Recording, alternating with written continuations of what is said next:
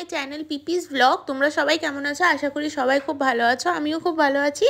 তো আজকে কিন্তু আমি এই মেকআপ লুকটা ক্রিসমাস লুক হিসেবেই করেছিলাম।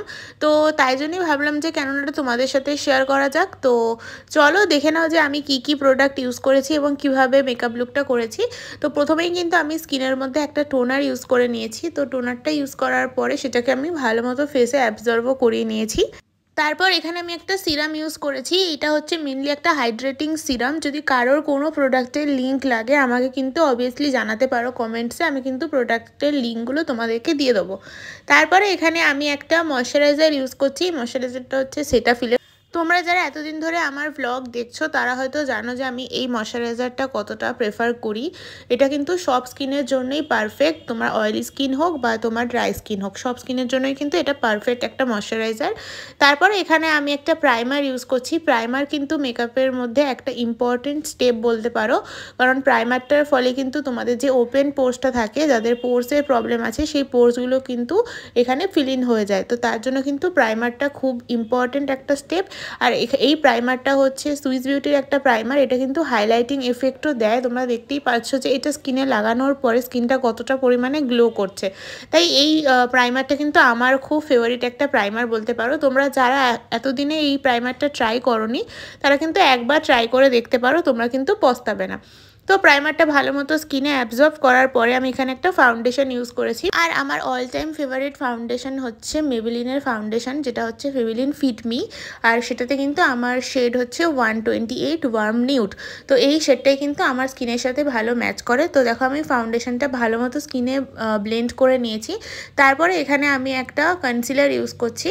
তো এই কনসিলারটা কিন্তু সুইস বিউটির একটা কনসিলার, যেটার শেড হচ্ছে আমার 3, এবং এই শেডটা কিন্তু আমার স্কিনের সাথে খুব ভালো ম্যাচ করে।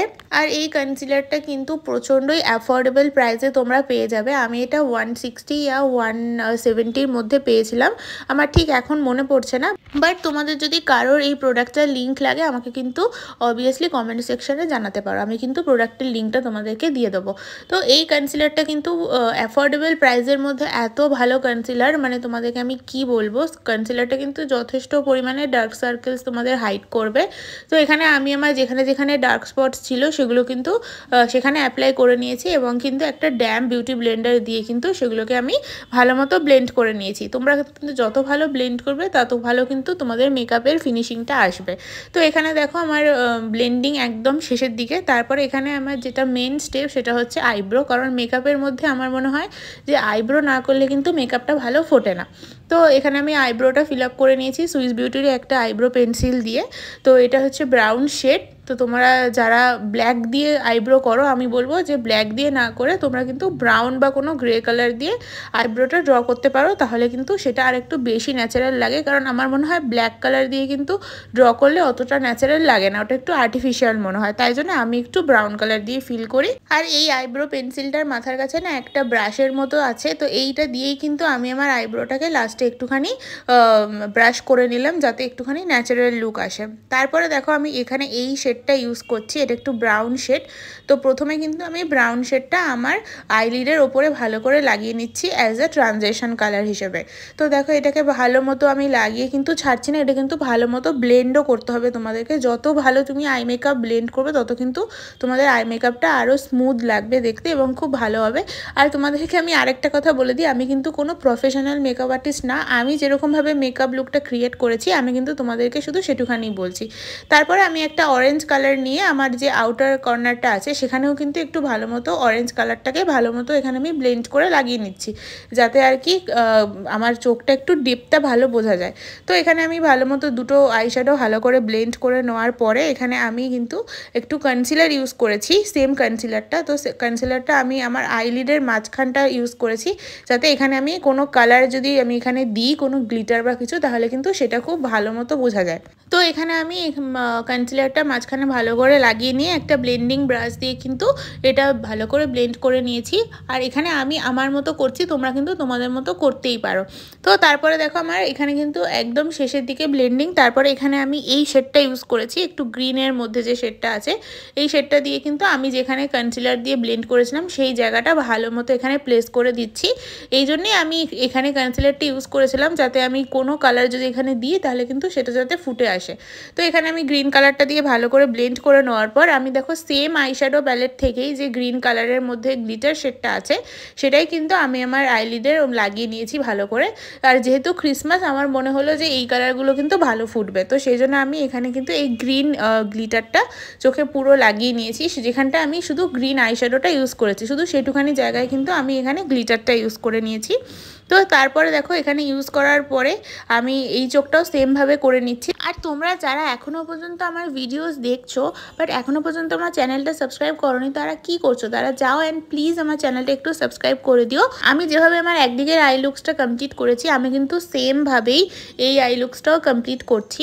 আর সেটা কিন্তু আমি তোমাদের সাথে একটু ফার্স্ট মোশনে দিয়ে দিয়েছি যাতে তোমাদের একটু দেখতেও সুবিধা হয় এবং তোমরা বুঝতেও পারো যে আমি কিভাবে আই লুকসটা কমপ্লিট করেছি। তো আমি তাই জন্য এই আই লুকসটাও কিন্তু যখন কমপ্লিট করছিলাম তখন কিন্তু আমি এই ক্লিপসগুলোকেও এখানে ইনক্লুড করে দিয়েছি ডিলিট না করে। তো দেখো আমি এটা ভালো করে কনসিলারটা ব্লেন্ড করে নিই, আমি কিন্তু সেই সেমভাবে এখানে গ্রিন কালারটাকে আমি এখানে লাগিয়ে নিচ্ছি। তো গ্রিন কালারটা লাগানোর পরে আমি এখানে ভালো মতো এটাকেও ব্লেন্ড করে নিচ্ছি অ্যান্ড দেন সেমভাবে আমি গ্রিন যে গ্লিটারটা ওই চোখে লাগিয়েছিলাম সেম কিন্তু গ্লিটার এই চোখে লাগিয়ে কিন্তু আমার আই লুকটা আমি কমপ্লিট করে নিলাম। তারপরে যেটা হচ্ছে সেটা হচ্ছে মেন একটা যুদ্ধের ব্যাপার বলতে পারো, সেটা হচ্ছে আইলাইনার লাগানো। কারণ আমার মনে হয় যে সব মেয়েদেরই এই প্রবলেমটা ফেস করতে হয়, সেটা হচ্ছে এক চোখের আইলাইনারটা যদি ঠিকঠাক লাগে আরেক দিকের আইলাইনারটা কিন্তু একটু টেরা ব্যাকা হয়েই যায়। মানে আমার সাথে তো এরকম হয়, এবং কার কার সাথে এরকম হয় আমাকে একটু প্লিজ কমেন্টে জানিও, আমার কিন্তু শুনলে ভাল লাগবে যে আমি একা এরকম নয়। তো দেখো কথা বলতে বলতে আমার একদিকের আইলাইনারটা কিন্তু লাগানো হয়ে গেছে। করছি জানি না কতটা প্রপার হয়েছে সেটা তো তোমরাই বলতে পারো। তো দেখো আমি সেমভাবে এখানে আইলাইনারটা লাগিয়ে নিচ্ছি। আর আমার মনে হয় যে এইরকম মেকআপে আইলাইনারটা না পরলে না ঠিক মেকআপটা ভালো ফোটে না। তো দ্যাটস ওয়াই আমি এখানে আইলাইনারটা ইউজ করেছি, নাহলে কিন্তু আমি ভেবেছিলাম প্রথমে যে আইলাইনারটা স্কিপই করব, কিন্তু তারপর মনে হলো যে না আইলাইনারটা না পরলে ঠিকঠাক মেকআপ লুকটা কমপ্লিট আসছে না। তো তাই জন্য আমি এখানে আইলাইনারটাও পরে নিলাম এবং আমার কিন্তু দুটো চোখে আইলাইনার পরা কমপ্লিট হয়ে গেছে। এবার তোমরাই বলো আমি কেমন আইলাইনারটাই পরেছি। তো তারপরে এখানে আমি ইউজ করেছি কাজল। তো কাজলটা আমি কিন্তু পুরো চোখে ইউজ করিনি, আমি কিন্তু আমার শুধু আউটার কর্নারটাই ইউজ করেছি কাজলটা, ইনার কর্নারটা কিন্তু আমি বাদ রেখেছি, তোমরা দেখতেই পারো। এতে আমার মনে হয় যে চোখটা কিন্তু একটু বড় বড় লাগে, সেই জন্য কিন্তু আমি এরকমভাবেই কাজলটা আজকে ইউজ করেছি।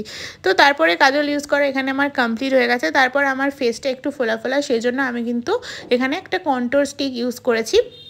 আর এই কন্ট্রোল স্টিকটা হচ্ছে NYB এর একটা কন্ট্রোল স্টিক, যেটা কিন্তু প্রচণ্ডই অ্যাফোর্ডেবল প্রাইসের মধ্যে পড়ে, এবং যারা যারা এখনও পর্যন্ত ইউজ করোনি তারা কিন্তু ইউজ করতে পারো। খুবই অ্যাফোর্ডেবল প্রাইসের মধ্যে একটা ভালো কন্ট্রোল স্টিক তোমরা বলতে পারো। এটা যখন আমি কিনেছিলাম তখন বোধহয় 90 টাকা কি 100 টাকা নিয়েছিল, আমার ঠিক মনে পড়ছে না এখন, এবং এটা কিন্তু অনেক দিনই চলে যাবে তোমাদের। তারপরে এখানে আমি একটা ব্রাশ দিয়ে কন্ট্রোর যেখানে যেখানে আমি কন্ট্রোর করেছি সেই জায়গাগুলো কিন্তু আমি ভালো করে ব্লেন্ড করে নিচ্ছি। ব্লেন্ডটাও কিন্তু তোমাদের ভালো করে করতে হবে, তবেই কিন্তু এটা স্কিনের সাথে ভালো মতো বসবে।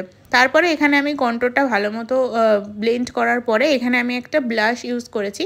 তো ব্লাশের জন্য আমি একটা সুইস বিউটির ব্লাশ ইউজ করেছি, এবং এই ব্লাশটাও কিন্তু প্রচণ্ড পিগমেন্টেড এবং আমার তো খুবই ভালো লাগে।